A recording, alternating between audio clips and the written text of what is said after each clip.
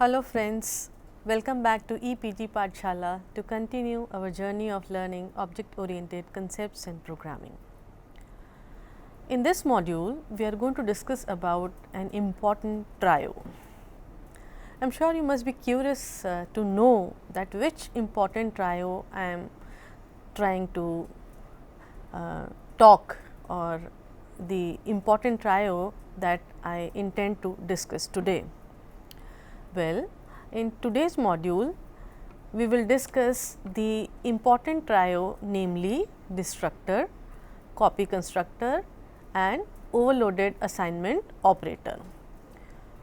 We have already learnt about these three functions, and we have seen that if we do not provide these functions in our program, compiler would provide default implementations of these three functions. So, in today's module, we are going to discuss about this important trio, and we are also going to discuss that when the compiler provides the default implementation of these three functions, what is the need of user defined destructor, what is the need of user defined copy constructor, and what is the need of user defined overloaded assignment operator. So, let us begin our journey of understanding the need of defining this important trio, that is when and why we need to define a user defined version of these three functions. Let us briefly recall the destructor, copy constructor and overloaded assignment operator, that is, let us try to recall where these three functions are used. You would recall that the destructor is called automatically when object goes out of scope. So, if you look at this particular function, you can easily see that this operator function is being defined to overload plus operator in matrix class, and the purpose of this particular function is to add two matrices. Now, to perform the job of this addition, inside this function we have defined a local variable called resultant, which is an object of matrix class. Now, since we have defined this particular variable inside this particular function, its scope is this function and its lifetime is as long as this function is executing. So, when we exit this particular function or control goes out of this particular function, the object will go out of scope, and before it goes out of the scope, the destructor will be automatically called for its destruction or for releasing the memory of that particular object. Also, if you see this formal argument, the memory to this particular variable will also be, or this argument will be allocated on call to this particular function, and the memory for this variable will be released as soon as this function execution ends. And so, for this particular object also, when the control goes out of this particular function, the destructor will be called for releasing the memory of variable m. Let us recall where copy constructor is called. Copy constructor is called in three different cases. First, when we make a copy of an object, a copy constructor is called. For example, if we define a time object T1 and if we try to define another object T2, time object T2, which we try to construct same as that of T1. Now, for construction of T2 as a copy of T1, for this construction copy constructor will be used. Also, when we pass an object as an argument by value to a method, again a copy constructor is used. Why? Because you know that in C and C++ except array, the variables of all other data type are passed as value, which means that when we call this particular function, the copy of actual argument will be made. So, a memory will be allocated to m, a variable object m will be constructed here, and it would be copy of the actual argument. So, for this construction of this formal argument as a copy of the actual argument, a copy constructor will be used. Similarly, when we return an object from a method by value, the copy constructor is called. For example, here when we try to return this matrix object resultant, the copy of this returned object will be made before we exit this particular function and the memory of resultant is released. So, a temporary copy of this will be made till the returned value is used in the calling function. So, for creation of that temporary copy of this returning object, again a copy constructor will be called. So, these are the three situations where a copy constructor is needed.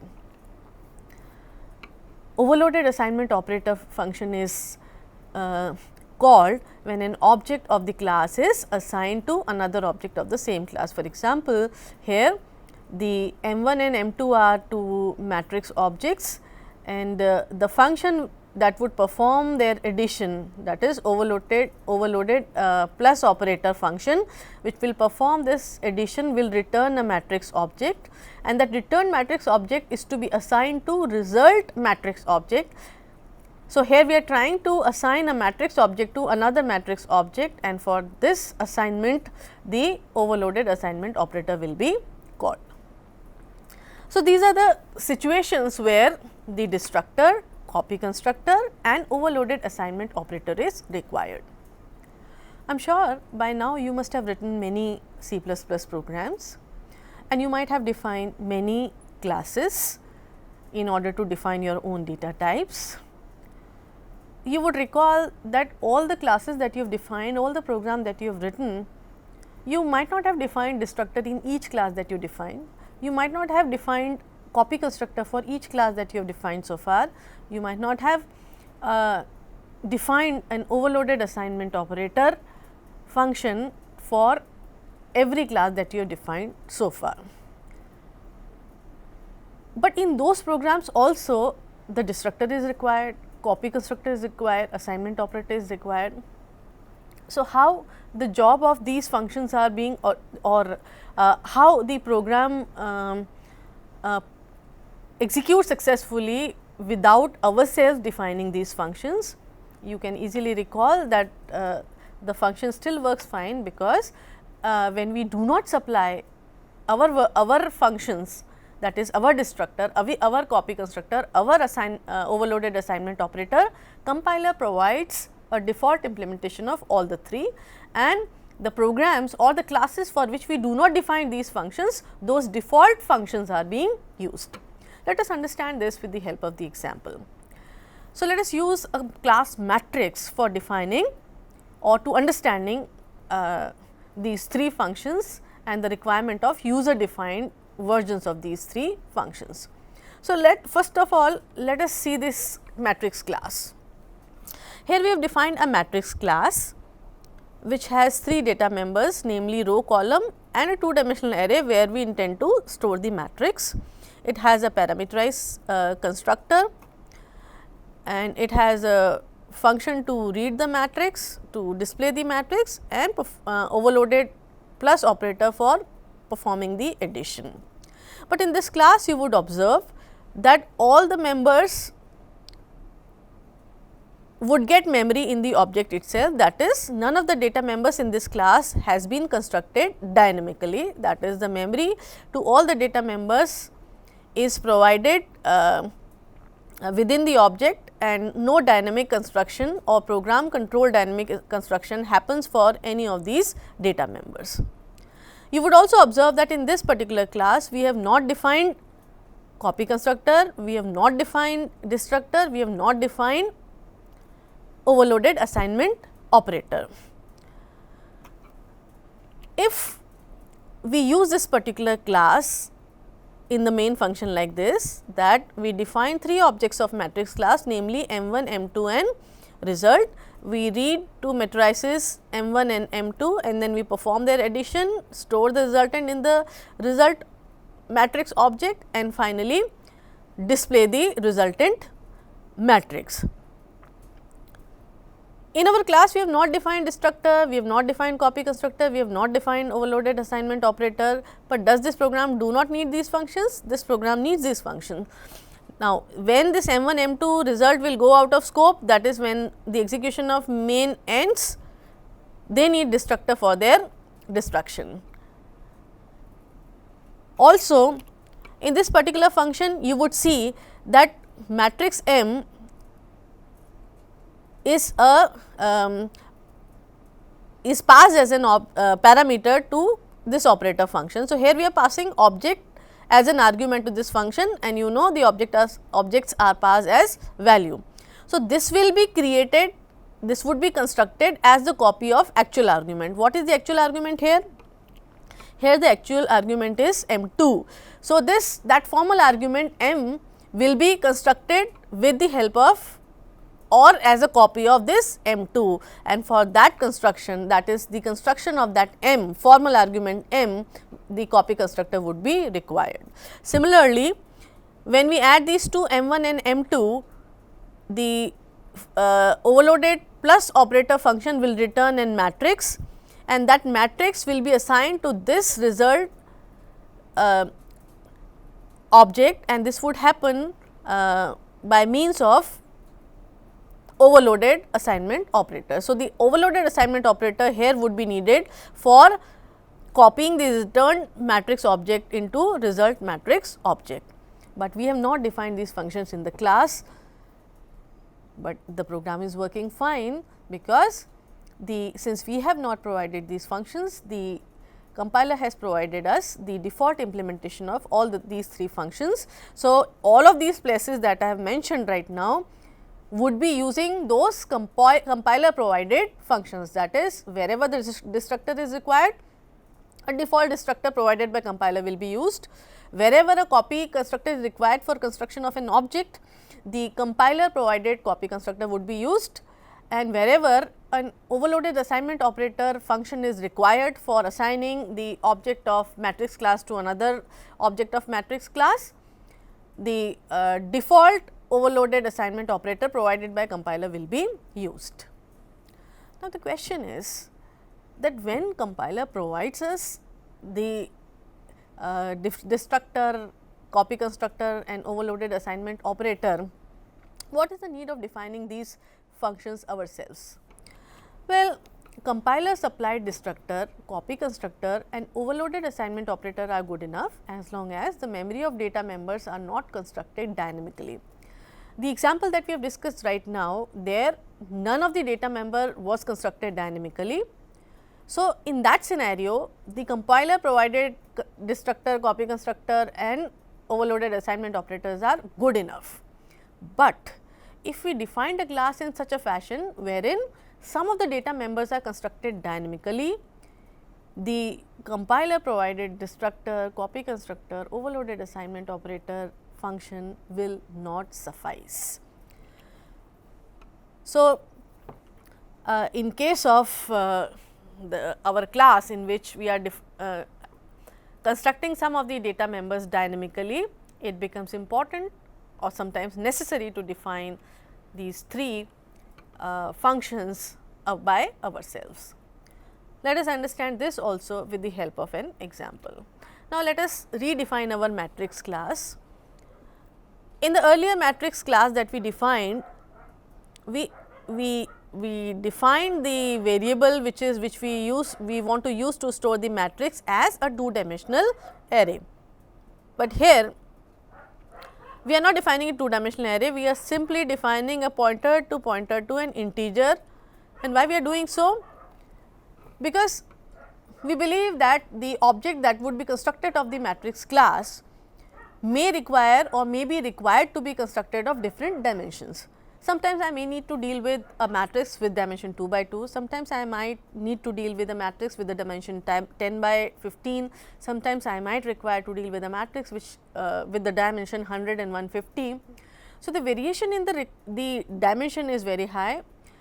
When I define the earlier class, I would be required to define a 2-dimensional array of a high dimension, so that all possible kinds of the matrices with which I wish to deal with can be constructed or can be created with the help of the class that we have defined.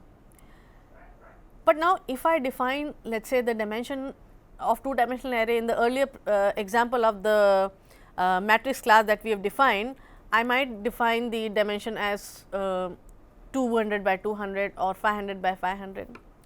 Now, how much memory will be allocated to my object of matrix class? The memory allocated to the matrix class would be, matrix class object would be 2 or 4 bytes for storing row, depending on how much memory your machine takes for storing an integer. Similarly, the memory required for storing integer 2 or 4 bytes for column, and we require memory for storing 500 into 500 integer variables. So, you can think about that the amount of memory that would be allocated for each object. Now, let us say if I want to deal with the matrix of dimension 2 by 2, but still in the previous matrix class that we created, if I define the dimension of matrix as 500 by 500,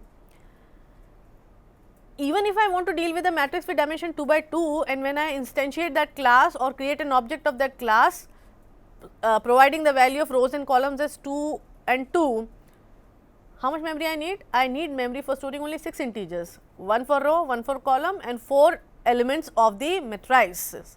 But how much memory will be allocated? The memory will be allocated for 500 into 500 plus 2, these many integers, that much memory will be allocated. I would be using only this much and the memory will be allocated this much. So, the amount of wastage that we might end up having in that scenario could be sometimes significant, and when we think that the wastage is significant and we believe that we cannot afford to have that much of memory getting wasted, in that case we may think of defining our matrix class this way.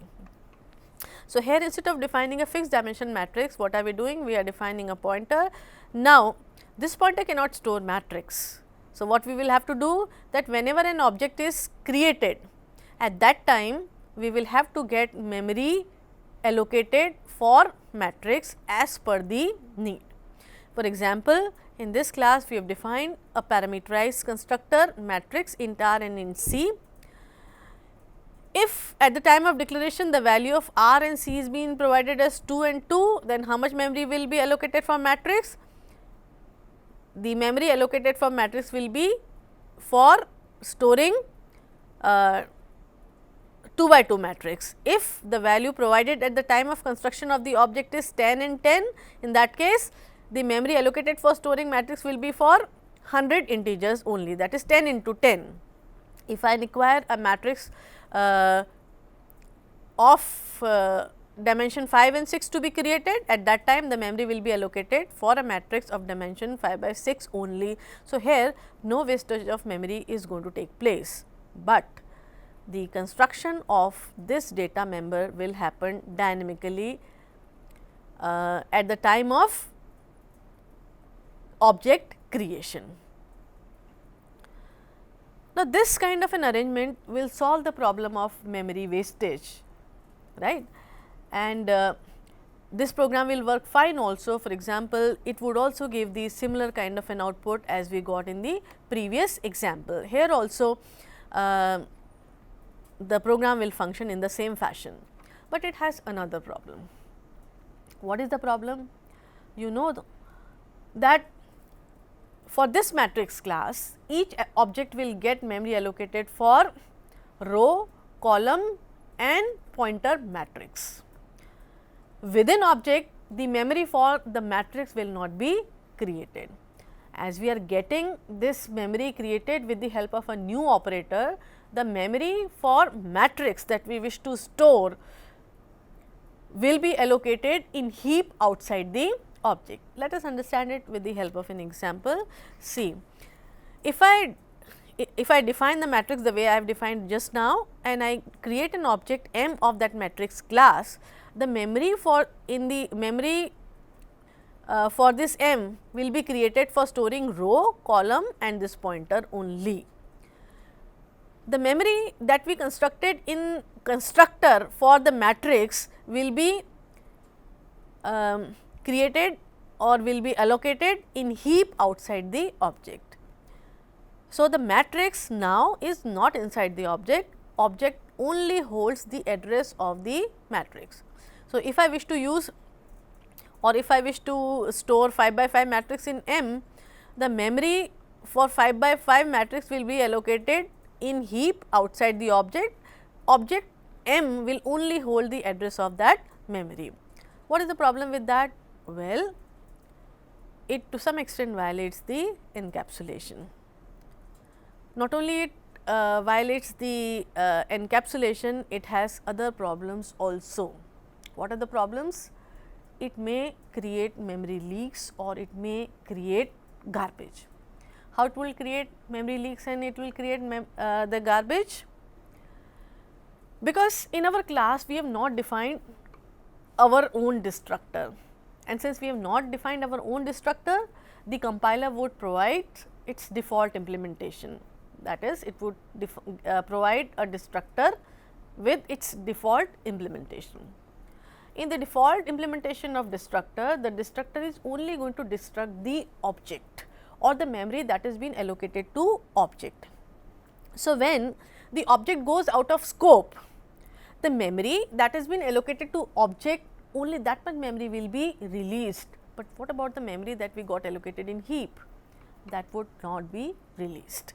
Again, what I mean is that when this M will go out of scope, the memory that was allocated for this object, that would be released, but this memory will not be released. No. So, what is happening? We are releasing the memory which held the address of this memory, but this memory has not been released. So, this will be a perfect garbage that is will be generated, and this will happen for all the matrix objects that we create and use in our class. So, if our application is big, it would end up generating lot of garbage, lot of memory leak, which is not a good idea.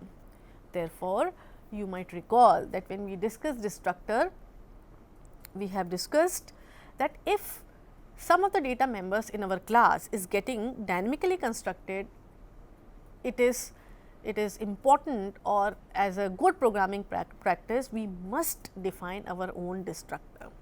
Why we must define our own destructor? So that when we define our own destructor, we can ensure that before that object goes out of scope, or when the before the memory for that object is released, the memory that we got allocated in that heap is released.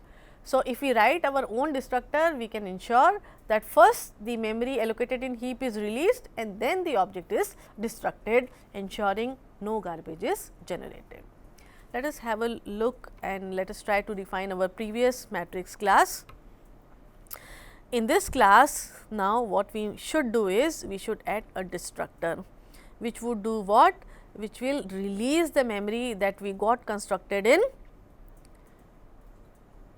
constructor with the help of the new operator. So, now since we have provided our own destructor, the default destructor will not be used, and this destructor is doing what? It is releasing the memory that we allocated in the heap. So, when this destructor is called, first that memory will be released and then the memory allocated to the object will be released, ensuring that no garbage is created. Let us see what happens when we try to execute this program. Well, when we try to execute the same program, we have not made any change. The only change that we have made is that we have added another function called destructor. Without destructor, this program was working fine, but with this destructor, the program is not working fine. After executing few statements, it flags runtime error, and the program cannot continue to work. What do we do with this error? How do we solve this error? One simple option could be that this program was working fine without destructor. So, let us remove this destructor, but then we know that the very reason because of which we have added this destructor was to ensure that no garbage is created. So, as an efficient programmer, if we remove this destructor, again we will go back to the same situation, that we would end up creating a program which generates lot of memory leaks, that is it generates lot of garbage. So, that is not a good idea. So, the solution of removing the destructor is not a good solution. Then we have to look for some other solution, and when we want to look for some other solution, we need to understand that what is causing this error, why this error came, why the inclusion of this destructor resulted into this error. Okay. Now, see, if we look at the execution of this particular function, you would see that till this point it worked fine. So, what is this point? Well, it read the number of rows and it read the number of columns fine. It also did the reading of matrix 1 and matrix 2, till that this point it was working fine. Then something went wrong. Let us understand what went wrong. Let me tell you what went wrong. What went wrong? When this statement was executed, this will result in the invocation of overloaded plus operator function. M1 will be the invoking object and M2 will be passed as an argument. So, let us have a look at this particular function. So, something went wrong in this function itself. What went wrong? Let us see. Now, this is our overloaded plus operator function. You know that for construction of M1, you remember the M1 is the invoking object for this particular function and M2 is passed as an argument. So, this M1 will be created or constructed as a copy of M2. When it is created as a copy of M2, we need a copy constructor. We have not defined any copy constructor in our class. So, at this point compiler provided default copy constructor will be used.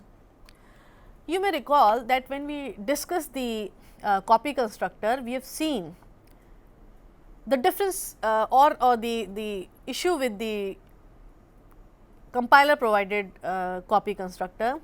The problem with the compiler provided copy constructor is that it performs shallow copy. That is, when it creates one object as a copy of another object, what does it do? It copies the data of the source object bit by bit or byte by byte as it is. So, the content of that object would be taken and put over there. So, it would perform a shallow copy. What is the problem with that shallow copy?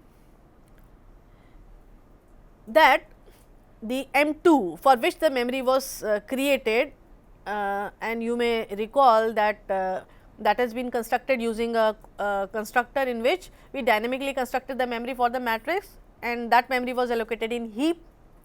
When I try to create M from M2, what kind of copy it would be created? It will copy the content of M2 as it is in M, but the copy of that matrix will not be made. So, let us understand this with the help of an example. Let us say if M1 is a matrix which is created using the parameterized constructor to which we provide the number of rows as 4 and number of columns as 5. So, what kind of construction will take place here? The memory for storing row, that in our case it is 4, the memory to store column, and the memory for storing the 4 by 5 matrix will be created outside the object in heap and its address will be stored in the data member called matrix. When we create another object M2 as a copy of this M1, since we have not defined a copy constructor, compiler provided default copy constructor will be used, and that copy constructor, as I said before, and you can recall that we have discussed in the module where we discussed the copy constructor. This copy is going to be a shallow copy, which means what? The 4 will be copied here, 5 will be copied here and the address will be copied here, but no copy of this matrix will be made. So, as a result, what will happen? M will also start copying, M1 was pointing to this matrix, M2 will also start pointing to this matrix. Now, the problem will be if any of these object goes out of scope before another one, it would, since we have written our own destructor which destroys the memory created in heap before its destruction, let us say M2 gets destroyed before. So, what will happen? The destructor will be called for destruction of M2, which first will destroy this memory and then this object will be destroyed. Now, we have only destroyed M2, that is only M2 has gone out of scope, but M1 is still existing. But what has happened is that when M2 went out of scope, it actually released the memory of this particular matrix, which was a common copy for M1 as well. So, now when M1 will try to access this, it would be a invalid access.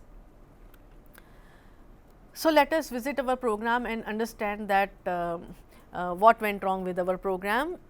So, you would see that here this M1 was created as a copy of M2, but it was a shallow copy. So, M1 also M1 was pointing to the same matrix to which M2 was pointing to. M1 will go out of scope before M2, and when it goes out of scope, this destructor will destroy that matrix which is commonly shared by M and the actual argument M2.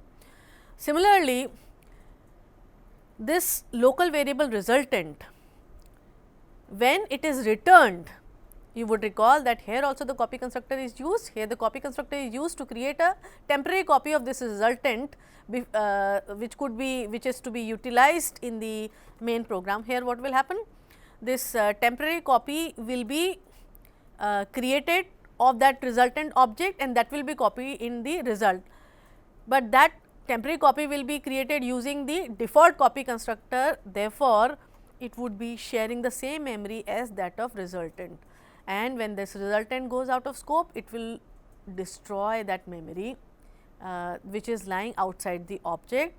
Therefore, in destructor, when it tries to destroy the memory of temporary object, it will show error. So, what do we do? Well, the problem is because the compiler provided this copy constructor does shallow copy. So, the solution to this problem is that we provide a copy constructor, and in our copy constructor, instead of doing the shallow copy, we do a deep copy. So, how do we provide the copy constructor? Let us have a look. Now, this is the same matrix program that we had. Now, what we would do in this is, we will add a copy constructor of our own. Now, you would see that in this copy constructor, what we have done, we have created another memory for the object that is getting constructed, and we have copied the each element of the source object matrix into this newly constructed matrix memory. So, in this case what is happening is that two different copies are created. So, when there are two different copies are created, when one object goes out of scope, or when the source object which was used to create the copy of another object goes out of scope, it is not going to affect the another object which was created as a copy of the object which is going out of scope. But when we try to run this particular program, we would still encounter this error. Now, why this error? Let us try to understand again the source of this error, that why this error is creeping in. Now, see, in this particular program, in this particular program, you would see that when this statement is being called, this will invoke overloaded plus operator function, M2 will be passed as an argument and an object will be returned, and that temporary returned object will be created using copy constructor. So, that would not create a problem. But now, for that temporary copies assignment to result object, overloaded assignment operator function is required, and in our program we have not defined overloaded assignment operator. Since we have not defined overloaded assignment operator, the compiler provided overloaded assignment or operator will be used. Now, the problem with the compiler provided overloaded assignment operator is the same that we had with compiler provided copy constructor, that assignment will again be a shallow one, which means that it will only copy the content of the object into the another object bit by bit or byte by byte, whatever you may want to call, but the matrix to which the memory is allocated in heap outside the object, the copy of that will not be made. So, what will happen here? That temporary object which is pointing to the matrix defined outside, when it is copied to result object using compiler provided assignment overloaded assignment operator function, only the content of object will be copied here, but the matrix to which it is pointing to, that will not be copied, only its address will be copied. Now, after this assignment happened, that temporary copy that was returned from that particular function will be destroyed, and for its destruction our destructor will be used, and that will destroy that memory that has been created outside the object. So, now the result will the matrix member, this matrix member of this result object will now be pointing to a memory location which has been released, and therefore, when we try to display that matrix, an error will be shown like this. So, what is the solution now? Yes, you guessed right. Now, we have to provide the assignment operator function also ourselves, and the overloaded assignment operator function that we would define, in which we would do the deep copy, and once we do that deep copy, this problem will be removed. So, what how do we define an or what kind of an overloaded assignment operator function we should define for a class? Let us see, these are the functions same as we defined before. Now, here we would define our copy constructor, and we would also define our overloaded assignment operator, and here you would see that here also what are we doing? We are doing a deep copy. What are we doing? First, we are getting memory allocated for a matrix for the destination object. Like for example, now when we are assigned for this assignment, the invoking object would be result. Now, for result also we are getting a memory allocated for storing the matrix, and the matrix to which this temporary object is pointing to, its data will be one by one copied into matrix. Now, both that temporary object and result both are pointing to different matrices, they no longer share the common copy. When we do not have our overloaded assignment operator function, default operator was doing only a shallow copy. So, both this result and the temporary object were pointing to same matrix, but since now we have defined our own overloaded assignment operator function, here what we have done? We have allocated separate memory for matrix, this matrix we have copied over here. So, now this temporary object and this result object both are pointing to separate matrix. Therefore, what happens to this temporary object is no longer now going to affect this result object. Hence, when we add this also, our program will execute successfully. So, why do we call this as a trio? Whenever we are defining a class in which we are constructing some of the data members dynamically, as a good programming practice, it is our responsibility to write a appropriate destructor, so that no garbages are created, no memory leak is generated. But as we have seen in this particular example, the moment we add destructor, there are other issues which crop in. What are the issues? That the compiler provided copy constructor and overloaded assignment operator function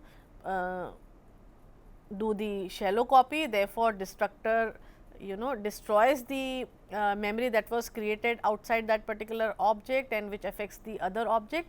So, as a solution, we need to define our own copy constructor and our own overloaded assignment operator. So, to summarize this, whenever we define a class where some of the data members are constructed dynamically, we must write destructor appropriately, so that we do not end up generating garbage. The moment we write this particular destructor, it becomes mandatory for us to define a user defined copy constructor and user defined overloaded assignment operator function, where we do perform deep copy. If we define these two functions ourselves, but still we do not do the deep copy, then our defined functions are also not going to help us.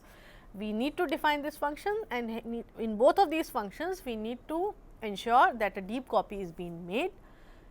Now, in this case, so in that scenario, we need to implement all three together. The moment we define a destructor, our own destructor which appropriately destroys the memory that has been allocating outside the object, we necessarily need to define our own appropriate copy constructor doing the deep copy, our own overloaded assignment operator function which does the deep copy, and this three functions together, our important trio, will make program work fine, as well as it will also ensure that no memory leaks are there.